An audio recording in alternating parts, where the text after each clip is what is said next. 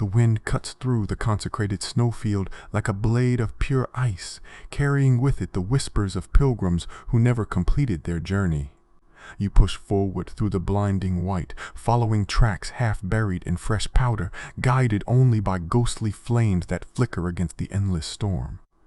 This is no ordinary path through the lands between. This is a pilgrimage reserved for the desperate, the forsaken, and those who still dare to believe in miracles. Each step forward feels like defiance against the very world itself, against the golden order that would see you turn back, against nature that seeks to claim you with frost and fang. Welcome, lore seekers, to another deep dive with Keen 7 Lore, where today we venture into one of Elden Ring's most haunting mysteries, the story of the Haligtree and Miquella's failed paradise. What waits at the end of this frozen pilgrimage is more than just another legacy dungeon or optional boss arena. It's a monument to the most ambitious dream ever conceived in the lands between, and perhaps its most tragic failure. The Haligtree rises from the northern mists like something that shouldn't exist, its pale branches stretching toward heavens that refuse to acknowledge it. Where the golden Erd-tree bathes the land in warm divine light, the Haligtree stands silver and cold, beautiful in its defiance, heartbreaking in its incompleteness. This is Miquella's masterwork, an attempt to create sanctuary for all those the Golden Order abandoned, a new world tree grown not from the Greater Will's blessing, but from an Empyrean's own blood and determination. To understand why this impossible tree exists at all, why pilgrims risk everything to reach it, and why its branches now rot from within, we need to understand the two cursed twins whose love for each other would reshape the very foundations of divinity. Miquella and Malenia, born of a single god, represent both the height of Queen Marika's power and the depths of her tragedy.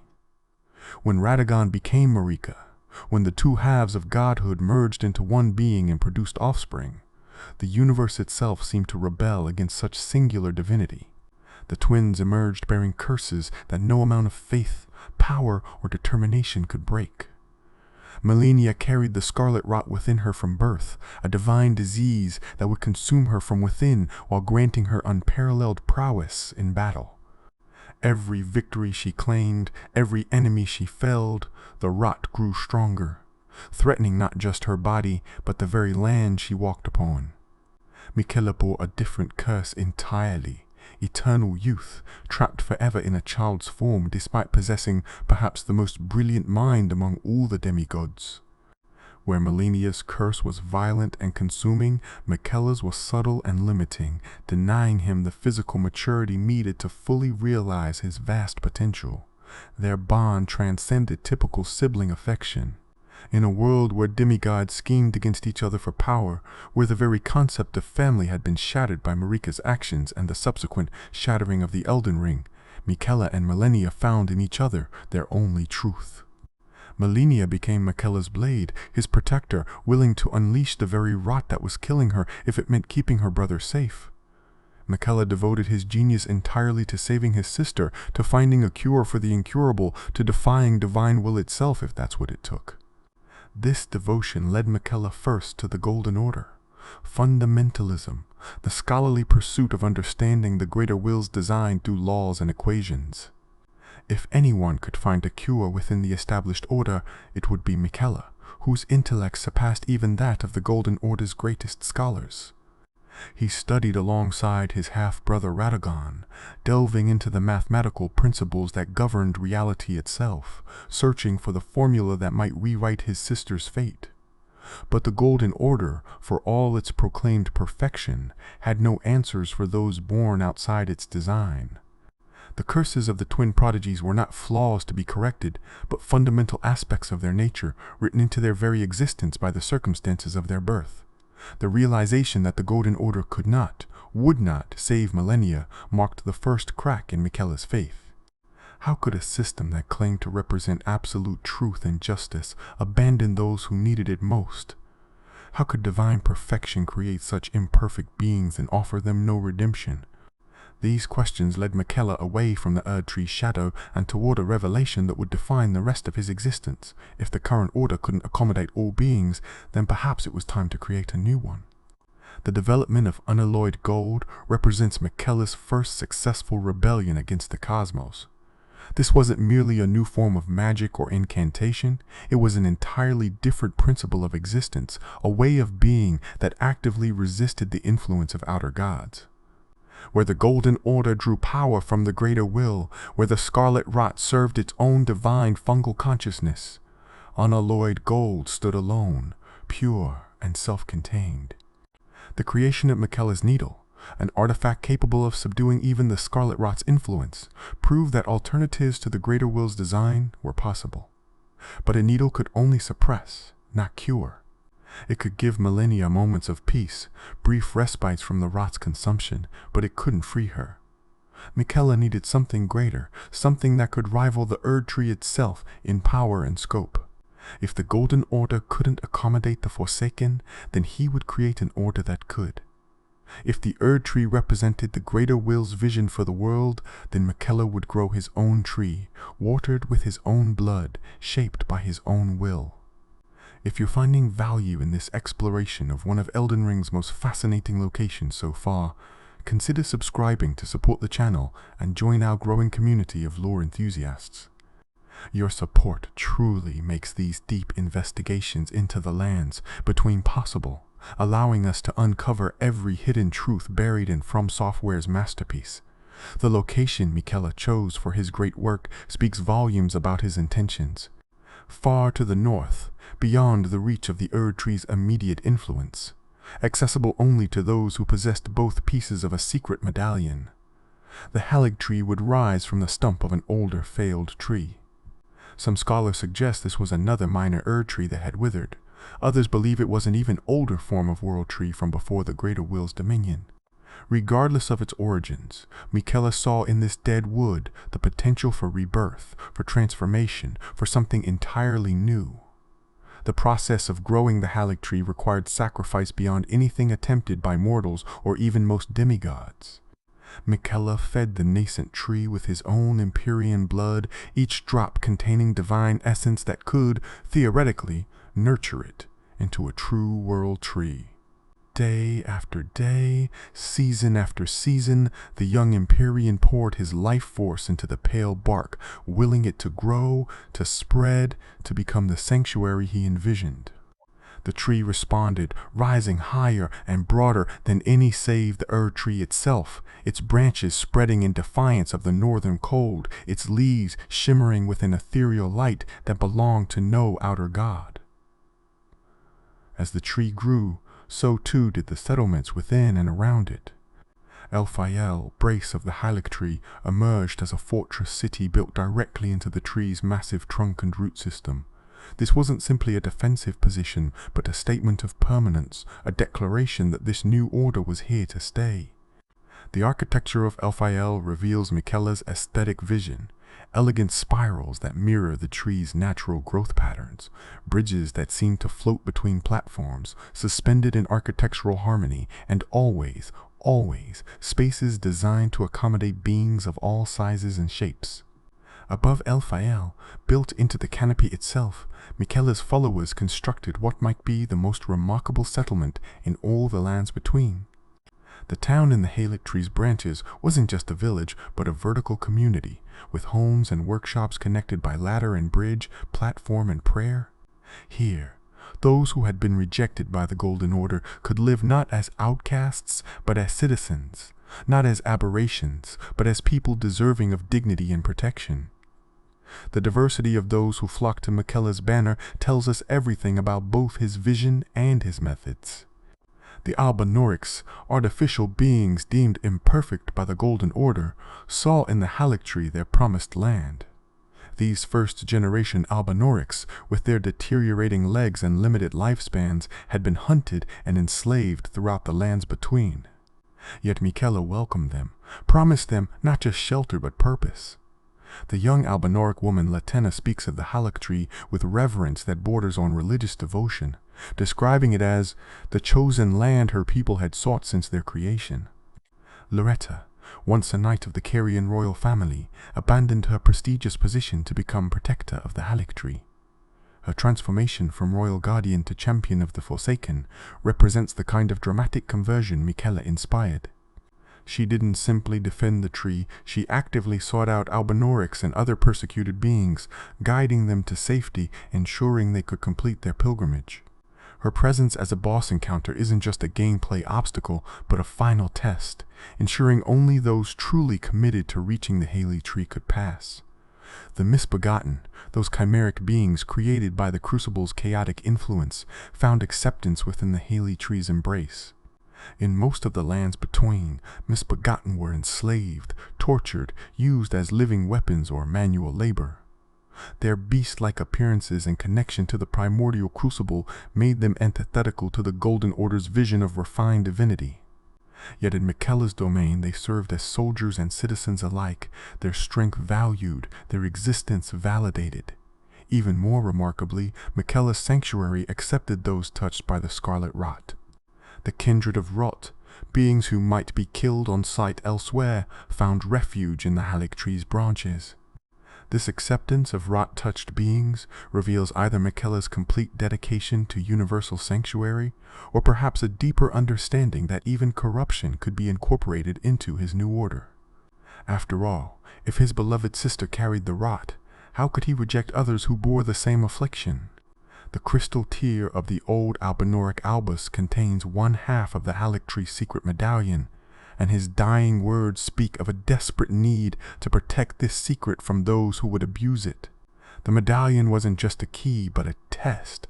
Only those clever enough to find both halves, brave enough to traverse the dangers required to obtain them, and dedicated enough to make the pilgrimage could reach Miquella's sanctuary. This selective accessibility raises questions about just how universal Miquella's paradise truly was. But the most ambitious aspect of Miquella's plan wasn't the tree itself, or even the sanctuary it provided. It was his attempt to break free from his own curse through a process that mirrored the tree's growth. By embedding himself within the Haligtree's trunk, entering a cocoon of his own making, Miquella sought to undergo metamorphosis. The symbolism is impossible to ignore. The butterfly emerging from chrysalis, the child becoming adult, the limited becoming limitless.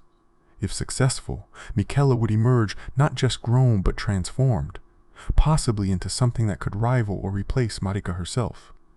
The cocoon at the tree's heart became a second womb, where Empyrean blood mixed with sacred sap, where divine essence merged with new growth. Miquella's followers speak of him sleeping within, dreaming the tree into ever greater existence, his consciousness spreading through root and branch like a benevolent infection. Some pilgrims claim to hear his voice in the rustling leaves, to feel his presence in the tree's warm embrace despite the northern cold. Yet this transformation required more than just will and blood. Ancient texts suggest Miquella was waiting for an eclipse, a celestial event that would provide the final catalyst for his metamorphosis. This eclipse, prophesied but never arriving, would somehow complete the Haligtree's transformation into a true Erdtree and simultaneously free Miquella from his curse. Whether this eclipse was prevented by the greater will, simply mistimed, or never possible at all, remains one of the great mysteries surrounding the Haligtree's failure. During this vulnerable slumber, as Miquella poured his essence into sustaining and growing the tree, he was utterly dependent on his protectors. Malenia stationed her clean-wrought knights throughout Elphael, creating an impenetrable defense against any who might threaten her brother's great work. The Haligtree knights, warriors who had sworn themselves to Miquella's vision, maintained constant vigil. For a time, it seemed the sanctuary might actually succeed, that this alternative to the Golden Order might flourish. Then came the betrayal that would doom everything Miquella had built. The recent revelations suggest the term betrayal might not be entirely accurate. Mohg, Lord of Blood, infiltrated the Haligtree during its most vulnerable moment. While Malenia was fighting Radahn and Caelid, while the defenders were stretched thin, the Lord of Blood stole into the tree's heart and tore Miquella from his cocoon. The act was catastrophic, not just for its immediate consequences, but for what it represented: the violation of sanctuary, the theft of hope, the corruption of his original vision. For years, the narrative seemed straightforward. Mohg, driven by delusions of grandeur and perverted desire, kidnapped the slumbering Empyrean to make him his consort, to use his divine blood to establish a new dynasty. The horror of this violation, the image of the child formed Empyrean being stolen by the blood-soaked demigod, painted Mohg as perhaps the most irredeemable villain in a cast full of moral complexity. But the truth, as revealed through careful examination of item descriptions and the revelations from the shadow of the Erdtree, presents a far more complex picture. Mohg wasn't the architect of this catastrophe, but another victim of Miquella's influence. The young Empyrean, despite his childlike appearance, possessed the ability to compel affection, to inspire devotion that transcended reason or will. Mohg's obsession, his desperate attempts to wake Miquella with blood offerings, his delusions of dynasty, all of it stemmed from an enchantment placed by Miquella himself. This revelation recontextualizes everything about the Haligtree and its master. Was the devotion of the Albinaurics genuine or compelled? Did Loretta choose to protect the Forsaken, or was she influenced to do so? Were the misbegotten and kindred of Rot drawn by hope or by supernatural charisma? The line between inspiration and manipulation, between leadership and control, becomes impossibly blurred when examining Miquella's methods. The cocoon Mohg stole away to his underground palace beneath Caelid shows us the physical consequence of this interrupted metamorphosis. Within the bloody shell, Miquella's arm emerges, not the arm of a child, but something far more disturbing. Withered, elongated, caught between youth and age, between mortal and divine, it represents transformation arrested at its most vulnerable point. The body within is neither child nor adult, neither fully divine nor entirely mortal, suspended in a grotesque limbo that might be worse than either curse it sought to escape. Mohg's attempts to wake his stolen god with offerings of blood only corrupted the process further. The blood of others, especially blood shed in violence and sacrifice, was antithetical to everything the Haligtree represented. Where Miquella had watered his tree with his own blood freely given, Mohg drowns the cocoon in the blood of others forcibly taken. The perversion is complete, the transformation impossible, the dream effectively dead. Back at the Haligtree, the consequences of Miquella's absence manifested immediately. Without his blood to sustain it, without his will to guide its growth, the tree began to wither. The pale bark grew gray. The shimmering leaves dulled and fell, and most catastrophically, the scarlet rot began to take hold. Whether this was inevitable given Malenia's presence or a direct result of the tree's weakening remains debated, but the result was undeniable. Paradise was rotting from within. Malenia's return to the Haligtree after her battle with Radahn marks one of the most tragic moments in Elden Ring's narrative. She came back not victorious, but broken, having unleashed the scarlet bloom to achieve a stalemate that cost her everything. She returned to find her brother gone, their shared dream failing, and the sanctuary they'd built becoming a monument to loss. Yet she didn't abandon her post. Instead, she descended to the tree's roots, to the pool where she and Miquella had once stood together, and waited. This vigil transforms Malenia from a boss encounter into something far more poignant. She's not guarding treasure or protecting power, she's waiting for a brother who will never return, defending a dream that's already dead. Every challenger who reaches her isn't just facing the blade of Miquella, but confronting the physical manifestation of denial, of hope maintained against all evidence, of love that endures even in the face of absolute failure. The environmental storytelling of the Haligtree in its current state reveals layers of tragedy. The once pristine buildings of Elphael show signs of decay and desperate reinforcement. Barricades thrown up against the spreading rot. Bridges collapsed to slow its advance, entire sections abandoned as uninhabitable. The few remaining inhabitants aren't citizens, but zealots, driven mad by devotion to an absent god, attacking anything that might threaten their delusion that Miquella will return. The Cleanrot Knights, once noble protectors of the sanctuary, now spread the very contamination they were meant to guard against. Their armor, designed to resist the rot while serving Malenia, has become a vector for its transmission. They patrol routes no longer worth protecting. guard gates to nowhere, maintain vigils for purposes they might not even remember. Their continued service speaks to either enchantment so deep it survives their master's absence, or loyalty so profound it transcends reason.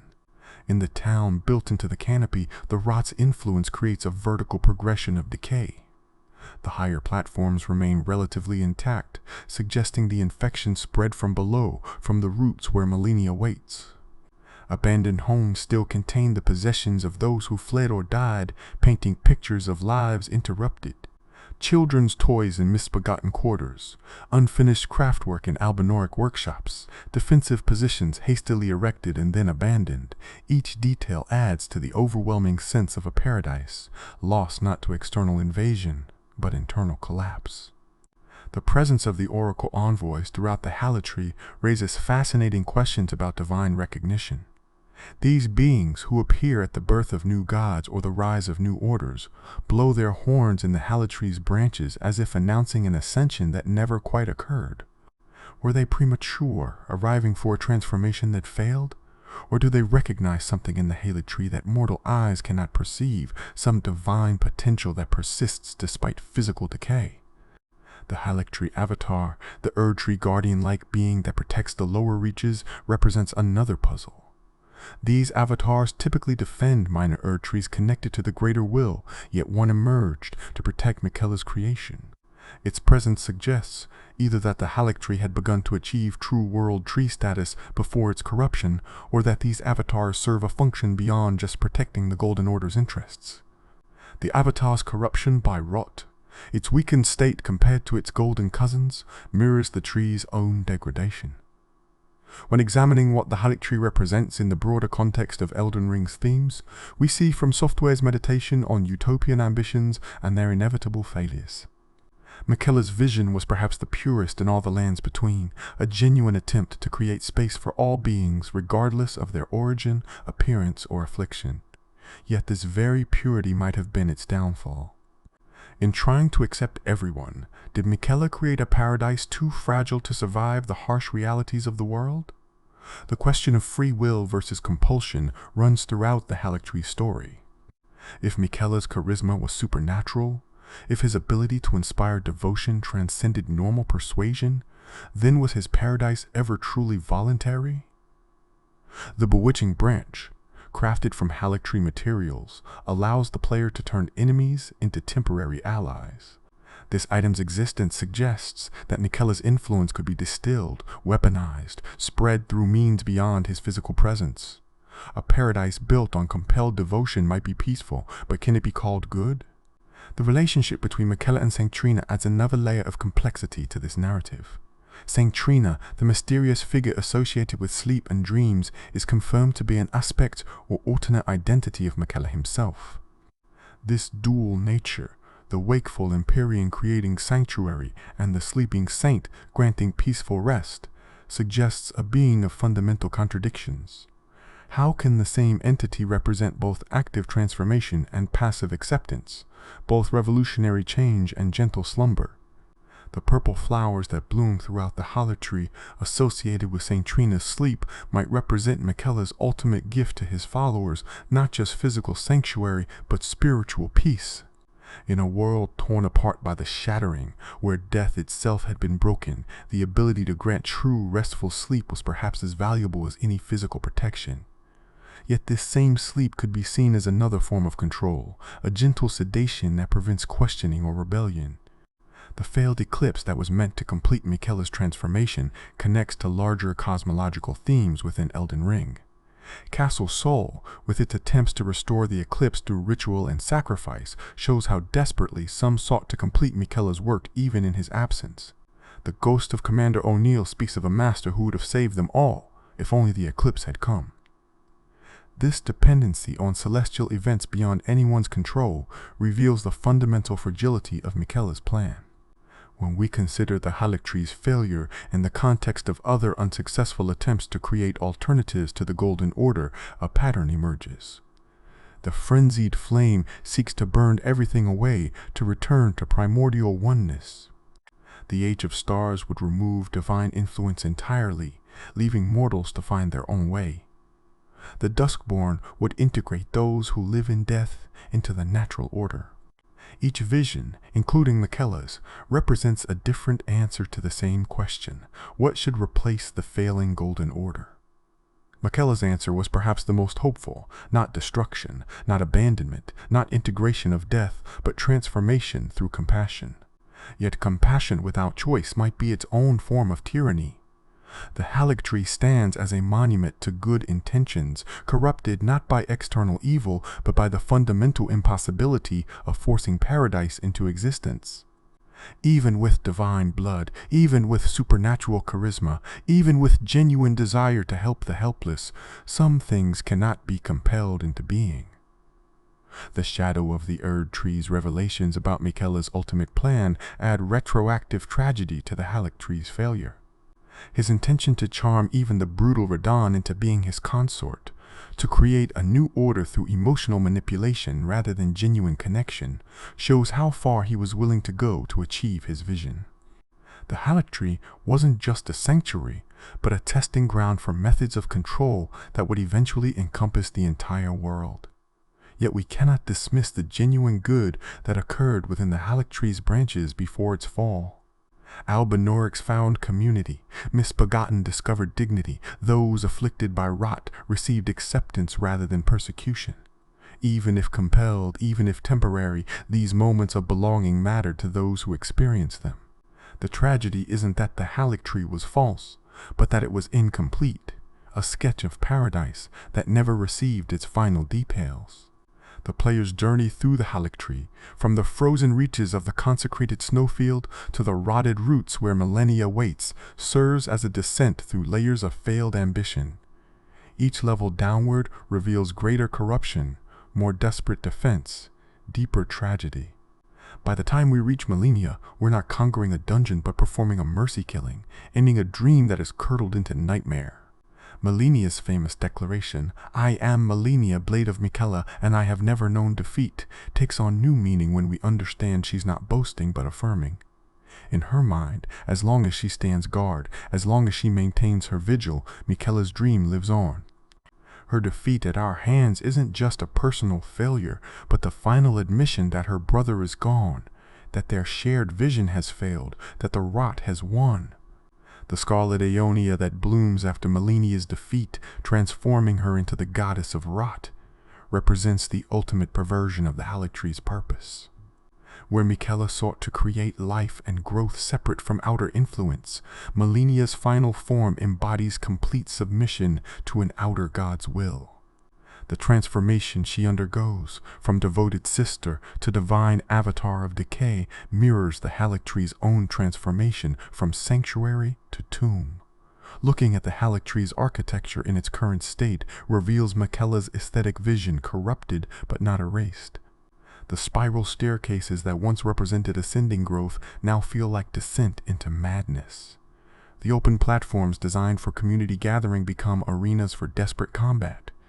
The bridges between sections, meant to connect diverse populations, now serve only to spread rot from one area to another. Yet the underlying beauty persists, a ghost of what might have been. The prayer room at the Haligtree's heart, where devoted followers still gather to whisper Miquella's name, might be the saddest location in the entire game.